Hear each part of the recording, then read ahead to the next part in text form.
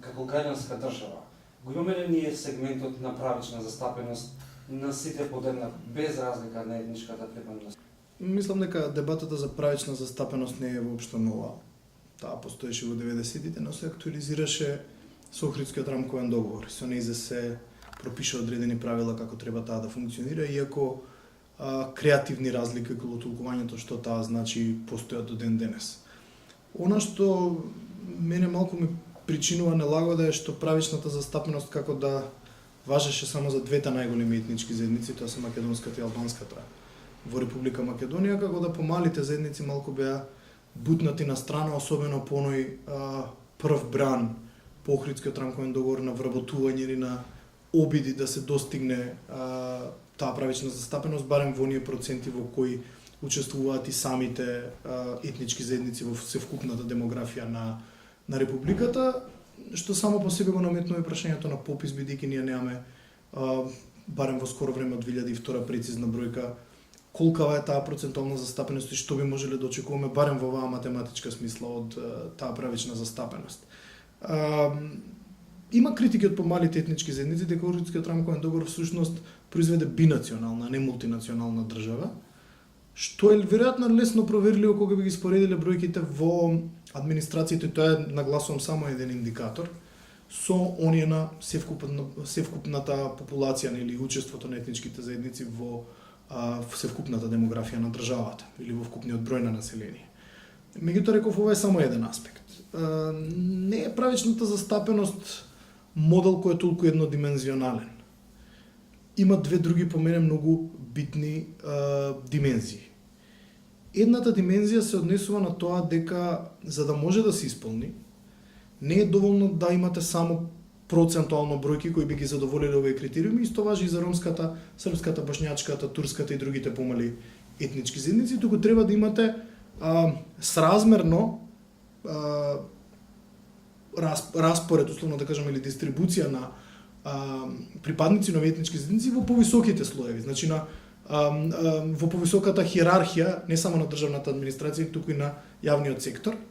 Така да, ова е исклучително тежок процес кој веројатно ќе трае долго и кој се врзува и за вториот аспект за кој зборуваме, а тоа е да самата заедница произведе кадри кои ќе можат ова да го исполнат, бидејќи дури да државата, независно од каков политички договор постои, да има и најдобра намера да постави или да спроведе неколку акции на позитивна дискриминација и така натаму, доколку самата заедница не произведе адекватни кадри и нема тоа или има недостаток на такви кадри, ќе биде невозможно тие да се алоцираат на такви позиции на кои би требало и би било пожелно да бидат со цел да се исполни оваа некаква идеална правична застапеност, која, велам, никогаш веројатно не може до крај, но кон која треба да тежнееме. Така да сметам дека овие два фактора, политичката волја, тоа да се направи, која во Македонија се надевам дека не недостасува, и капацитетот на заедницата да произведе лидери, да произведе луѓе со адекватно образование, со адекватен работен профил и така натаму, е клучна за да можеме да почнеме да зборуваме дека процесот се остварува. Се направија некои чекори во првите години, како што реков, по Охридскиот рамковен договор, тоа некако замре. Мислам дека треба да имаме попис, па треба да имаме некаков преглед за да видиме колку тоа одговара на реалната ситуација, пошто можеме да разговараме и понатаму. Но делот на произведување на јаки лидери, на индивидуи кои можат да го понесат овој процес и на повисоките нивоа, е нешто што мора да се роди од желбата на самата заедница и од незината амбиција. Така да мислам дека овој процес не треба да чека ни еден друг процес во општеството, треба да се одвива независно од се ова што го дискутираме. Зборувајќи за пописот, специјалното јавно обвинителство веќе има и отворена истрага во кои се посочени јасно и 20 осомничења, тоа се Груевски и Ахмети. Ахмети пак изјави дека во однос на ова прашање одлуката за прекин на пописот била дадена од самото собрание. Меѓутоа, прашањето ми е зошто е толку важен тој попис? Важноста на пописот произлегува од токму од етничката или меѓуетничката недоверба која постои во Република Македонија и стравот кој постои особено кај двете најголеми етнички заедници. Не мислам дека другите помали етнички заедници се толку, да речем, уплашени или толку во некаков грч дека може да се фалсификуваат податоците од пописот, колку што се двете најголеми етнички заедници. Од тука тргнува и основниот проблем.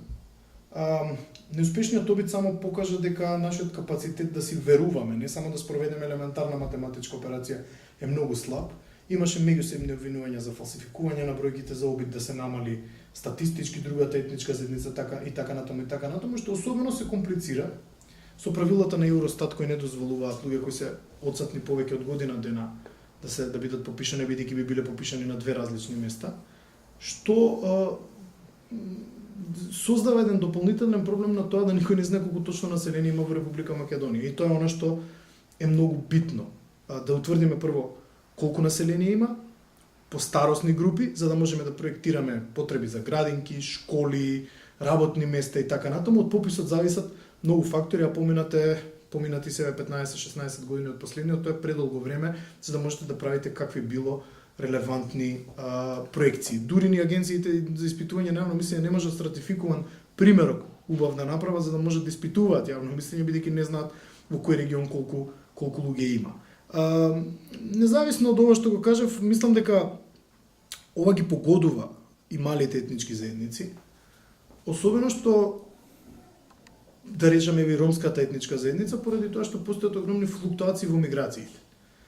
И колку е помала статистички заедницата, толку овие флуктуации во миграциите повеќе се забележуваат, знаете. И во таа смисла, јас не знам, мислам дека кај големите етнички заедници нема да има особено големи флуктуации од она што го добивме 2002. Мислам дека во наводници оптимистите од двете страни кои велат дека некоја заедница е помалку од 50, друга е повеќе од 30 и така натаму, ќе бидат разочарани. Бројките веројатно ќе излезат тука некаде, но кај малите етнички заедници, особено кај ромската, може да има флуктуации, најмногу поради капацитетот за мигрирање во странство. Така да ќе видиме според која методологија ќе се работи, по тоа ќе знаеме и какви се реалните бројки. Ова не е неважно за малите етнички заедници, особено од перспектива на тоа дека како што и самата декларација нели наведува, тие своите права ги остваруваат врз база на определена каква таква бројност во државата, што би детерминирало и некаква политичка акција во иднина на таа заедница проектирана нели во самото општество. Ќе видиме, во секој случај останува да се надеваме на добар исход. Јас вчера споделив на социјалните мрежи дека можеби треба да се мобилизира и странска помош при пописот, стручњаци од Евростат кои би застанале на чело на пописната комисија, бидејќи мојот страф е дека домашен експерт на чело на пописната комисија ќе биде подложен на страшни притисоци, манипулации, можеби уцени што например странец не би ги претрпел. Така да бев малце и пофален, малце и критикуван за овој предлог, но јас останувам на него бидејќи ве пробавме со наши сили. Од тоа во крајна линија се роди случајот на СЈ. Јас не можам да кажам дали тука има или нема одговорност, тоа нека го утврдат адекватните органи, но во секој случај покажавме дека имаме многу слаб капацитет тоа да го направиме, не затоа што ги немаме луѓето или го немаме знаењето тоа да го направиме, туку заради веројатно она прво што го кажав, а тоа е етничка и политичка недоверба. Ромската заедница не само што не е интегрирана доволно, него и не е видлива доволно. Мене ова второво некако и повеќе ме плаши во смисла на тоа дека потребна една млада интелектуална елита која ќе ја направи ромската заедница со самото тоа и низините проблеми повидливи. Тогаш можеме веќе да зборуваме за некоја втора фаза во која работите кои се наведени во ромската декларација би можеле да станат некаква реалност или барем би се направиле напори истите да се реализираат. Мислам дека содржината на декларацијата е сосема нормална, афирмативна, позитивна. Се бараат работи кои би го подигнале статусот на ромската заедница во Република Македонија, но мојот страв повторно оди на она што и на почетокот го кажав, дека може би треба да се работи колку на создавање на добра волја. Мислам дека секоја влада би имала добра волја. Зошто да не? Тоа во секој случај убаво изгледа во досието на секоја една влада или политичка партија која би се ангажирала околу решавање на овој проблем, но сепак треба да се поработи независно од што делумно провејува низ духот на декларацијата, треба да се работи на зголемување на капацитетите на ромската заедница од внатре. Кога тој предуслов ќе биде исполнет, тогаш и политичката волја полесно ќе се реализира. И мислам дека ромската декада колку што е добра и толку и лоша, бидејќи во еден дел таа ги подига, да речам, ја подига видливоста на ромската популација, создава некаква рамка на активности преку која таа може да се реализира и стане повидлива, но од друга страна како да го ограничува време траењето на овие напори на една декада. Тоа се процеси кои траат многу повеќе од една декада и процеси кои не би смеле да запрат затоа што ромската декада ќе заврши тогаш и тогаш или завршило тогаш и тогаш. Оваа декларација јас мислам е една добра основа по која понатаму може да се раководат сите општествени чинители во ромската етничка заедница во македонското општество, па зошто да не и регионално, и од која може понатаму да произлезе, таа треба да се специфицира, да се конкретизира.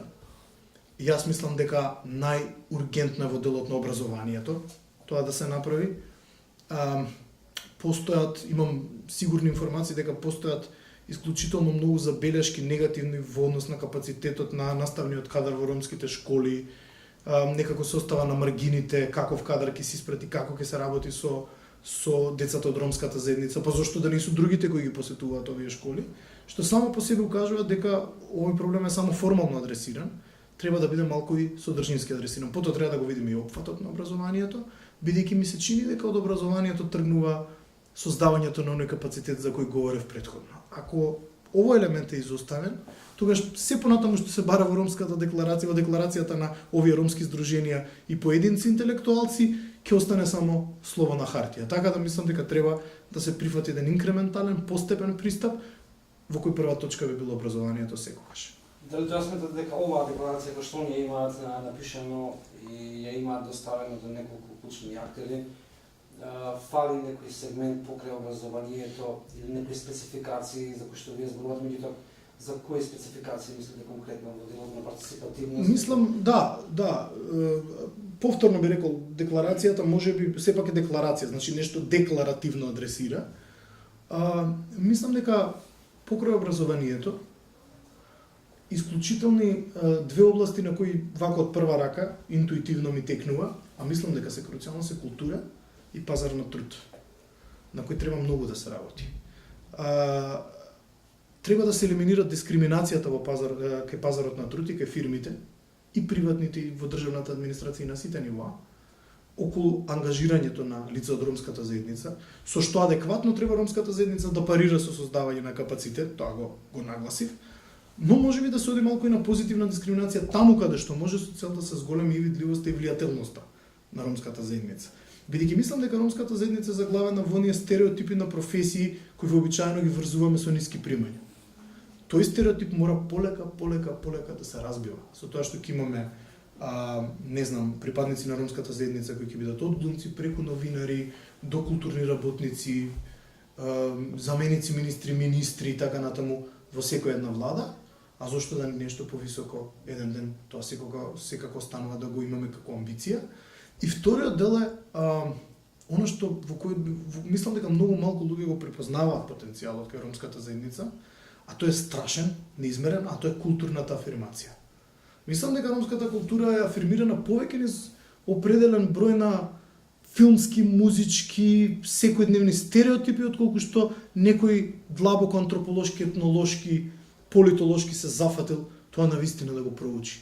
Па да направи серијална документарни филмови или серијални информативни емисии, така натаму и така околу културата на ромите.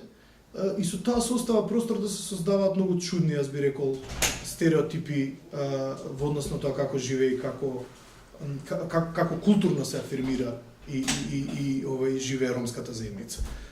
По мене тие се две или три заедно со образованието кој претходно го спомнав, приоритетни сфери во кои треба да се делува. Нормално со тоа не се исцрпува комплетната листа на сфери во кои треба да се делува сега. Сепак, најдобро проблемите на ромската заедница ги знаат припадниците на истата и добро е што ваква декларација постои. Мислам дека не може да има штета во секој случај. Ако се посочи некаков иден курс на политика. Ако постави прашањето од аспект на тоа дали може да се земе како сериозен документ, релевантен. Па јас не гледам зошто не. Ако јас дури не би навлагал во тоа кој стои за декларацијата, би навлагал што во декларацијата има.